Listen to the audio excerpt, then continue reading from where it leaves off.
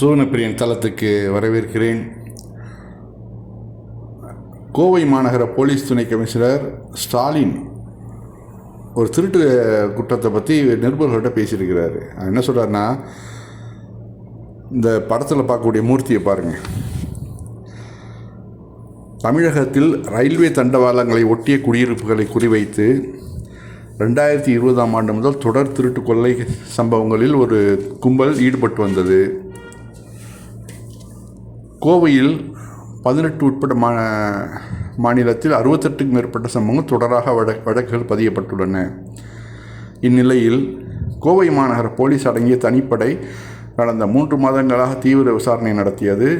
கும்பலுக்கு தலைவனாக செயல்பட்ட தேனி மாவட்டம் பெரியகுளத்தைச் சேர்ந்த மூர்த்தியை 36 வயசு கோவையில் தனிப்படையினர் கைது செய்துள்ளனர். இவரது கூட்டாளி அம்சராஜனும் கைது செய்யப்பட்டுள்ளான். பார்த்தீங்களா எவ்வளோ தொடர் கொள்ளைகள். இதுக்கெல்லாம் காரணம் என்னன்னாக்க இந்த நாட்டோட சட்டங்கள் தான்.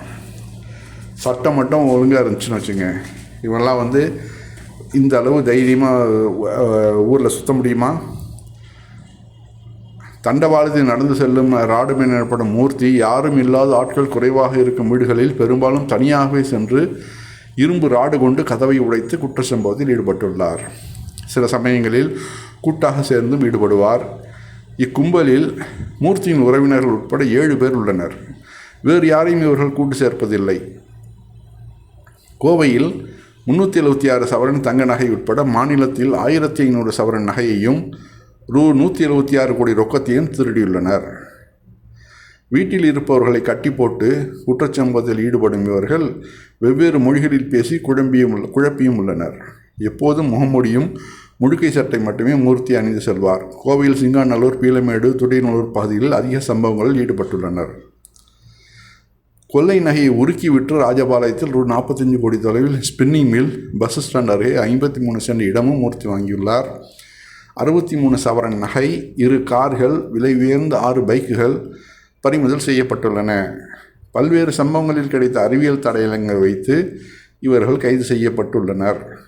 ராஜபாளையத்தில் மூர்த்தியின் மனைவியும் அவரது தம்பியும் கைது செய்யப்பட்டுள்ளனர். இன்னும் சிலரை தேடி வருகிறோம். இவ்வாறு அவர் கூறினார். எந்த அளவு ஒரு தைரியம் பார்த்தீங்களா? நகையை உருக்கி விற்று ராஜபாளையத்தில் 4.5 கோடி மதிப்பில் ஸ்பின்னிங் மில், பஸ் ஸ்டாண்ட் அருகே 53 சென்ட் இடம் மூர்த்தி வாங்கியுள்ளார். இது எவ்வளோ பெரிய கொடுமை! இது யார் வீட்டு காசில் யார் வாங்கிறது? எல்லாம் கொள்ளையடித்த காசு. இதெல்லாம் தவறுன்னு அவர்களுக்கு தெரியல. அதில் கமெண்ட்ஸ் பக்கத்தில் வந்திருக்கு பாருங்கள். முரளிகிருஷ்ணன், மூர்த்தி தேவர், ஆண்ட பரம்பரை சார்ந்தவர் பாருங்கள். அதில் சிவதளபதி, தேவன் கள்ள தேவனில் ஆண்ட பரம்பரைடா. இதில் பெருமை என்ன இருக்குது? இதில் தேவன் அதாவது தேவர் ஜாதியான் மூர்த்தி, அதிலே கள்ளன், அதாவது குற்ற பரம்பரைன்னு சொல்லி ஒதுக்குனாங்க ஒரு காலத்தில்.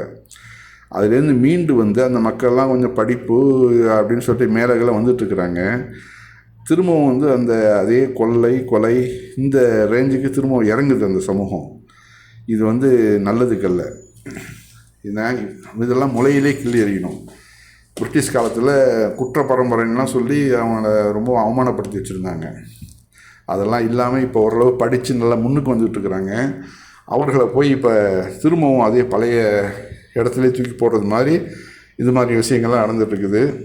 இதெல்லாம் அந்த ஜாதியில் உள்ளவங்களே கண்டிக்கணும்.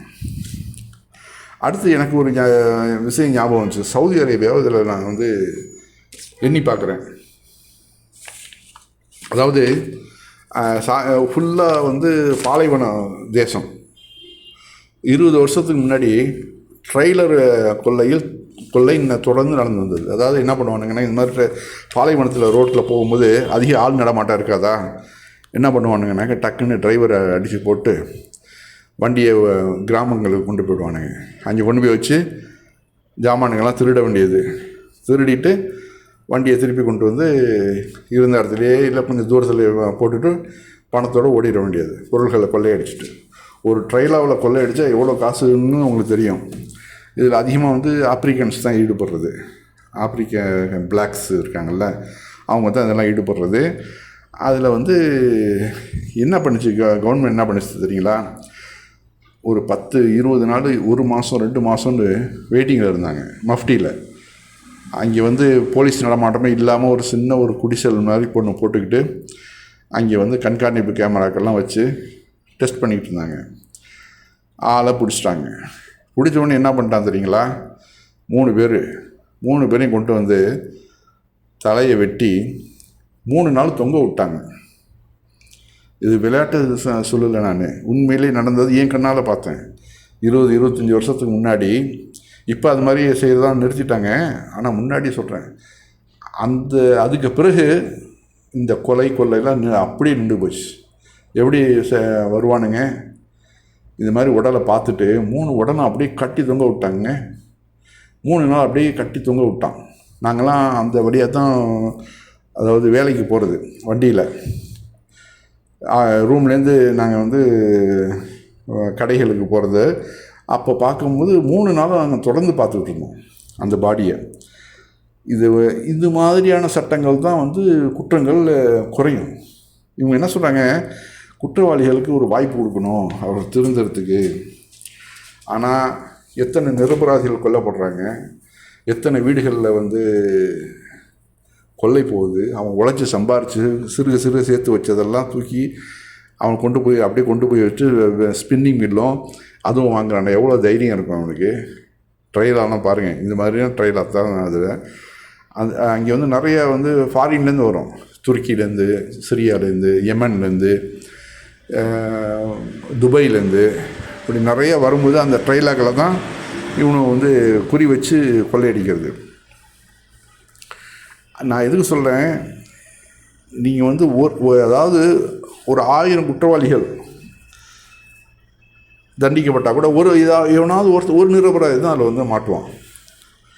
ஆனால் 1000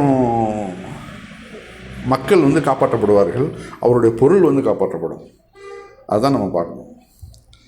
அதுலேயும் வந்து இது பயங்கரமாக உடனேலாம் தலையெல்லாம் வெட்டிட மாட்டாங்க. பயங்கரமான விவாதங்கள் நடக்கும், கோர்ட்டில் கேஸ் நடக்கும். அதன் பிறகு இவன் தான் பக்காவாக தெரிஞ்சது பிறகு தான் தலைவெட்டுலாம் நடக்கும். முன்னாடி வந்து எல்லாருக்கும் அனௌன்ஸ்மெண்ட் பண்ணிவிட்டு எல்லோரையும் கூப்பிட்டு வச்சு தலையை வெட்டுவாங்க. இப்போல்லாம் வந்து அதாவது வெளியில் சொல்கிறதே இல்லை. வெள்ளிக்கிழமை அது பாட்டுக்கு டக்குன்னு கொண்டு வருவாங்க, கொண்டு வந்து வச்சு ஆளை க்ளோஸ் பண்ணி கொண்டு போய் நேராக அடக்கம் பண்ணிட்டு வந்துடுவாங்க, முடிஞ்சு போச்சு. ஆக நம்ம எது சொல்கிறோம், இந்த சட்டங்கள், நம்ம நாட்டுடைய சட்டங்களை வந்து கடுமையாகணும். அப்போ தான் வந்து மக்கள் நிம்மதியாக இருக்க முடியும். இது மாதிரியான தொடர் கொள்ளைகள்லாம் அப்போ தான் நிற்கும். இதை வந்து நம்ம ஒரு எக்ஸாம்பிளாக எடுத்துக்கணும். சவுதியை பார்த்து நம்ம கற்றுக்கணும். சவுதி, துபாய், அங்கெல்லாம் வந்து போதைப் பொருட்களுக்கெல்லாம் உடனே தலைவெட்டு. காரணம் என்னன்னாக்க, போதை மருந்து ஒருத்தனுக்கு கொடுத்துட்டிங்கன்னா அந்த குடும்பமே க்ளோஸ், அவ்வளோதான். அந்த போதை மருந்துனால அவன் அடிமையாகிட்டான்னு வச்சுங்க, அந்த குடும்பமே மீண்டு வர்றது ரொம்ப சிரமம். அதனால தான் இதில் வந்து ரொம்ப கவனமாக இருக்குது அரசாங்கம். மிக தீவிரமாக செயல்பட்டு ஓரளவு கண்ட்ரோலில் தான் வச்சுருக்குறாங்க அரபு நாடுகள் அந்த சட்டங்கள்லாம் இருக்கிறதுனால. அதனால் வந்து நம்ம வந்து ரொம்பவும் கேர்ஃபுல்லாக இருக்கணும், சட்டங்களை கடுமையாக்கணும். அப்போ தான் இந்த கொடுமைகள்லாம் நிற்கும். அது நம்ம நாட்டில் நடக்குமாங்கிறது சந்தேகம்தான். பார்ப்போம், நம்பிக்கை தானே வாழ்க்கை.